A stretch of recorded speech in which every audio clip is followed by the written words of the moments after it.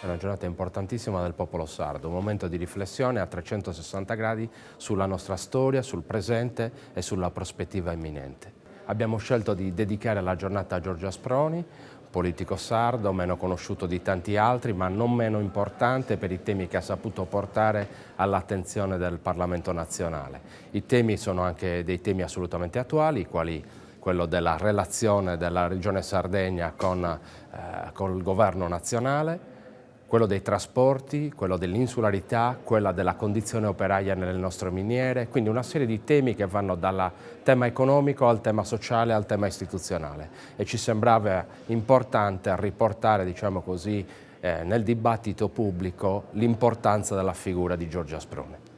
Sadies Sardegna in futuro la immagino come una festa del popolo sardo che ha una maggiore coscienza della propria storia e del proprio presente, della propria prospettiva, quindi in una costruzione importante anche nella modifica delle dinamiche relazionali istituzionali col governo nazionale.